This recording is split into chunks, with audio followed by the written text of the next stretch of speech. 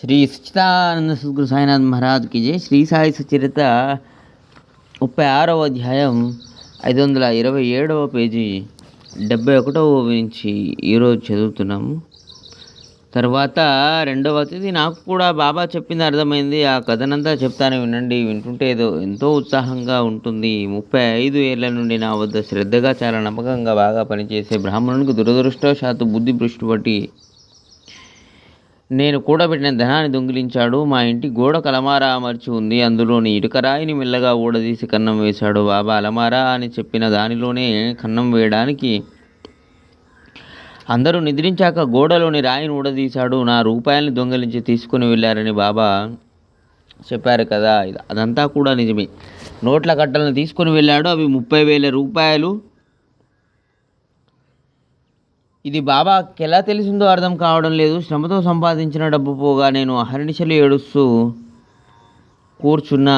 వెదకి అలసిపోయాను. ఏం చేయాలో అర్థం కాలేదు. 15 రోజులు అలా చింతలో పడి ఉన్న దాని నుండి బయటపడే దారి కనిపించలేదు. ఒకరోజు వరండాలో దుఃఖంతో కూర్చొని ఉండగా దారిన ఒక ఫకీరు వెళ్తూ నా దుఃఖానికి కారణం అడిగాడు. బాధపడుతున్నాను చూసి ఫకీర్ ప్రశ్నించాడు.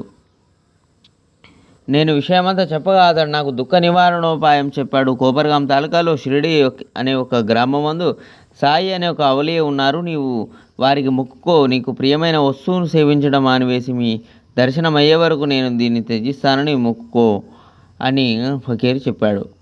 నేను వెంటనే అన్నంను త్యజించాను. బాబా దొంగిలించబడ్డ నా ధనం దొరికాక నీ దర్శనం చేసుకొని నేను అన్నం తింటాను అని మొక్కుకున్నాను. అంతే. ఒక 15 రోజులు గడిచేసరికి బ్రాహ్మణుని మనసుకు ఏం తోచిందో తెలియదు. అతడు తనంతట తాను వచ్చి నా ధనాన్ని నాకు ఇచ్చాడు. నా బుద్ధి చెడిపోవడం వలన నేను ఎటువంటి పని చేశాను. ఇప్పుడు మీ పాదాలపై శిరస్సు నుంచుతున్నాను. నన్ను క్షమించానని అనండి అని వేడుకున్నాడు. అలా అంతా సవ్యంగా జరిగింది. సాయిబాబా దర్శనాభిలాష ఉత్పన్నమైంది. ఆ కోరిక కూడా ఇవాళ తీరింది. ఈ భాగ్యం ప్రాప్తించినందుకు నేను ధన్యుణ్ణి. నేను కష్టంలో దుఃఖపడుతూ నా వరండాలో కూర్చుని ఉండగా నాకు ధైర్యాన్ని కలిగించడానికి వచ్చిన వారు మరలా కలవలేదు. నా ఇందు కరుణతో నాకు సాయి గురించి చెప్పి షిరిడిని చేతితో చూపించిన వారు మరలా కలవలేదు.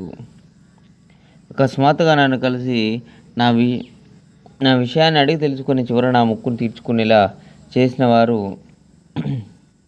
మరలా కలవలేదు. 89వ నుంచి మరో వీడియోలో చదువుకుందాం. సచ్చిదానంద సద్గురు సాయినాథ్ మహారాజ్కి జై. లోకా సమస్తం సుఖినో భవంతు. శాంతి శాంతి శాంతి.